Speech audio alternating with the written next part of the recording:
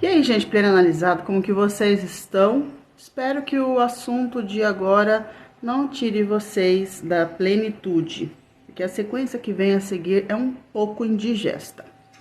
Você tá preparada? Então, ontem a minha filha me convidou para assistir este filme aqui, que conta a história de uma menina que foi vendida pelo seu namoradinho para um prostíbulo na Índia. Se você já assistiu Memórias de uma Geisha, é mais ou menos a mesma história.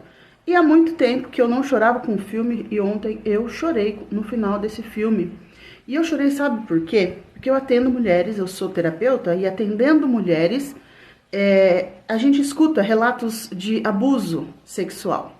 Quando eu estava estudando para ser terapeuta, a minha professora trouxe um dado que dizia que 60% das mulheres já tinham passado por algum tipo de abuso. Como assim algum tipo de abuso? Dentro da terapêutica nós abordamos 3 formas de abuso, tá?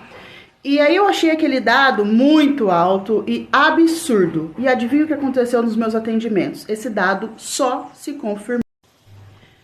E logo depois que o filme terminou, eu fui no banheiro, né, fazer um xixizinho, tomar uma água e me apareceu este Reels aqui, ó, presta atenção. Meu nome é Xuxa Meneghel, eu sou de Santa Rosa, Rio Grande do Sul. Eu também sofri abuso. Meu nome é Ellen, sou do Rio de Janeiro, sou enfermeira veterinária e também sofri abuso. Meu nome é Vanessa Dumila. E quem é minha aluna, quem é minha cliente, sabe que eu sempre incentivo que vocês tomem um caminho um pouco diferente do que a galera sempre toma, né? Então, existe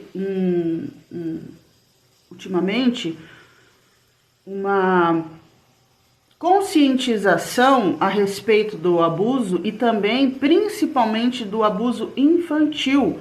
Nós vemos aí no filme O Som da Liberdade. E como terapeuta, eu faço perguntas que não são muito comuns para a maioria. Como assim? Quem já passou por algum atendimento sabe que dentro da sistêmica, o abuso ele tem uma explicação um pouco contraintuitiva. Inclusive um cliente meu, quando eu contei para ele, ele ficou horrorizado. Toda vez que algo acontece com a gente tem que perguntar o que eu ganho e o que eu perco com isso. E mesmo com toda essa conscientização, a gente precisa fazer uma pergunta: o que a sociedade ganha e o que a sociedade perde com isso? Então nós ganhamos a conscientização. Para uma grande parcela da população, isso é praticamente invisível e eu começo por mim. Por quê? Porque eu não vivi essa realidade. Eu conheci essa realidade através dos estudos e através das minhas clientes. E confesso que quando a professora me deu esse dado, eu fiquei horrorizada. E esse dado ele se confirmou na minha cara e pasmem, não só mulheres, porque eu atendi pouquíssimos homens na minha vida e 75% dos pouquíssimos homens sofreram abuso sexual em algum momento da vida. E aí a pergunta é, então o que nós estamos perdendo com isso? E eu tô falando isso aqui não para impor ou só para expor o meu ponto de vista, mas para a gente começar a pensar o que nós podemos fazer realmente em torno disso. Porque tudo aquilo que é exposto em demasia causa uma dessensibilização. E é nesse ponto que eu fico preocupada, porque nunca se falou tanto em abuso infantil, nunca se falou tanto em tráfico de gente, tráfico infantil, tráfico de mulheres. E assim como você ouve nos filmes, um cara quando ele vende um pino de droga, esse pino é consumido em minutos, em segundos, e acabou o produto. Ele precisa de outro, entendeu? Mas, então tem toda uma cadeia de produção em torno disso. Mas quando você vende gente, você pode vender essa pessoa várias vezes ao dia e ela não acaba. Então, hora ou outra, surgem mulheres como essa daqui que vão lutar pelos direitos, ou no caso, ela fez a diferença no lugar que ela estava, né? Para aquelas mulheres, ela tentou legalizar a prostituição. Mas a pergunta que eu faço para você ela tá no topo da cadeia já, quando a desgraça toda aconteceu. A menina já foi vendida, ela já foi abusada, ela já foi vendida, prostituída várias vezes. Então, ela tá lidando com as consequências de um abuso maior, que é os pais que vendem as suas próprias filhas. E a pergunta que eu faço é, na dinâmica do abuso, ela sempre começa na primeira infância. E o que você, como mulher, como mãe, como parte integrante da sociedade, vai fazer para evitar que a criança abra a porta para essa situação? Como assim, Violeta? A criança abre a porta para isso? Pois é, eu disse que era indigesto e contraintuitivo. Então, se você comentar lá no meu direct abuso, eu vou mandar para você a aula onde eu explico a dinâmica do abuso, tá? Mas já te adianto que você precisa ter estômago para ouvir. E eu volto ainda na pergunta, o que eu e você como mulher, como parte da sociedade, podemos fazer para que esse excesso de informação não se torne uma dessensibilização, e sim uma ação, gere uma ação na sociedade. E aí eu vou contar uma história para vocês. Ontem eu fui num lugar, né, e eu estava lá no lugar, entrou uma mulher, uma moça, abriu a porta para entrar no estabelecimento onde eu estava. Logo em seguida, apareceu uma menininha de uns 2 anos gritando atrás dela. Mamãe, mamãe, mamãe. E eu pensei que ela era uma cliente. Aí o que essa moça fez? Fechou a porta, pediu desculpa, fechou a porta, pegou a menininha no colo e saiu andando. Então o que eu pensei? É alguma cliente que veio fazer um procedimento e a menininha tava com a avó ou tava com o pai no carro e a menininha escapou. Enquanto eu tava pensando isso, a recepcionista contou uma história breve. Ela falou assim, então essa moça ela trabalha aqui, mas de uns tempos pra cá, eu não sei o que tá acontecendo nos últimos dias, aí no último mês, que essa menininha, ela tá um grude com a mãe dela e não deixa a mãe dela trabalhar. E aí, minhas alunas do Forjando Rainhas e minhas alunas de qualquer outro curso, né, minhas atendidas, vão entender o que eu tô falando. A pergunta é, por que essa mulher tem que deixar a filha dela para trás? E você, nesse momento, por não entender o que eu estou falando e não ter a profundidade, conhecimento sobre o que eu estou falando, vai me rebater na lata. Violeta, ela precisa trabalhar para cuidar dessa criança, para alimentar essa criança, para dar alguma coisa, algum futuro para essa criança. Sabe que a parte triste é verdade. E aí, nesse 1 minuto, 2, não sei, que a menina saiu com a bebezinha no colo, foi levantada uma discussão em prazo, assim, de segundos dentro da sala de espera. Por isso que eu não tenho filho mesmo. A outra falou, meu Deus do céu, Deus que me livre eu engravidar. Eu até tive 2 e já operei logo. Então, nós mulheres, nós somos responsáveis pela multiplicação e pela edificação da sociedade.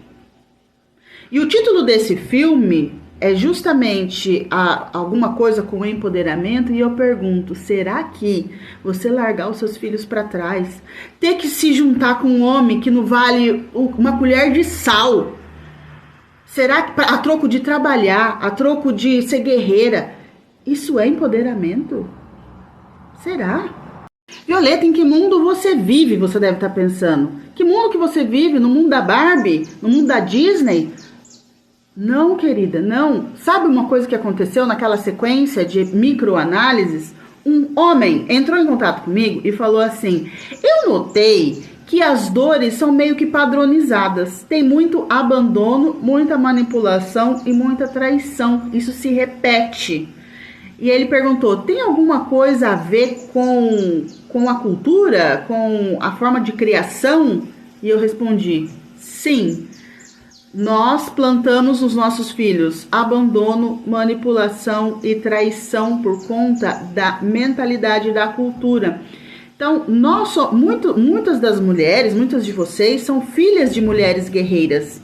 E essas mulheres guerreiras, por não entender que isso é um peso, que isso é um problema sistêmico, ela passa para a próxima geração.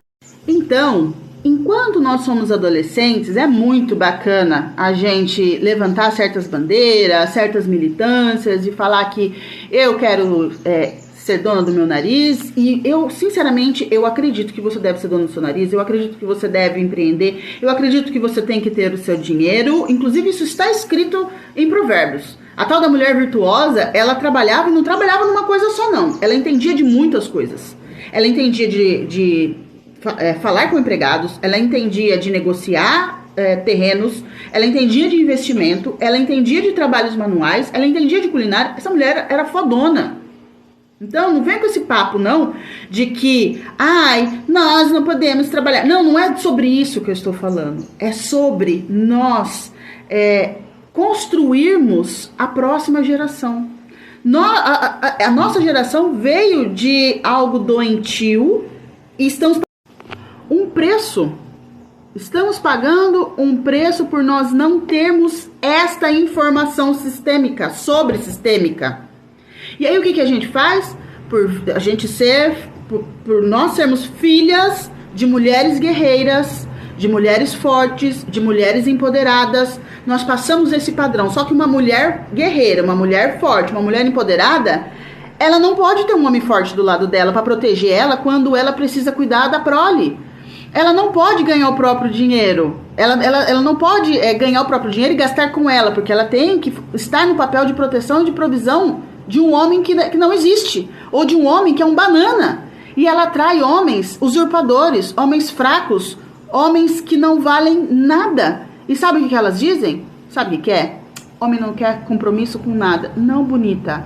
Você está atraindo essa porcaria para tua vida. E uma das coisas que me fez chorar foi o final do filme, é que o filme termina com uma cena dela sendo aplaudida e... enfim, tive que respirar. Ela estava sendo aplaudida por toda a proteção e por todo o trabalho que ela fez naquele bairro de prostituição. E às vezes, esse tipo de cena, ele passa uma imagem da super-heroína.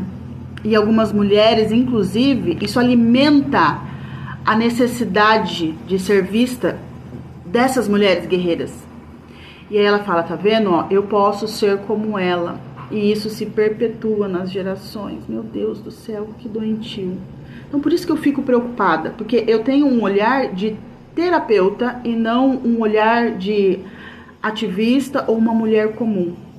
Então eu quero convidar você, pelo amor da sua geração, dos seus filhos, vai aprender sistêmica, para isso não se repetir, porque para existir essa guerreira, teve uma criança abusada, teve uma criança vendida, teve uma criança que apanhou, teve uma criança que sentiu falta da mãe, que sentiu falta do pai, teve uma criança que ficou sozinha, teve uma criança que teve que cuidar dos irmãozinhos e lá na vida adulta não tem liberação para ser mãe, para ter a própria família. Teve uma criança que cuidou da avó, do avô. Teve uma criança que abriu a porta para vários problemas para que ela pudesse voltar a ser cuidada. E sabe o que é pior? Esse padrão, ele se perpetua na vida adulta. Então olha para tua vida, você é uma mulher que está sempre numa gangorra emocional, numa gangorra financeira, parece que as coisas uma hora dá certo, daqui a pouco não dá. Será que dentro de você não tem essa criança que precisa ser cuidada? Pensa nisso.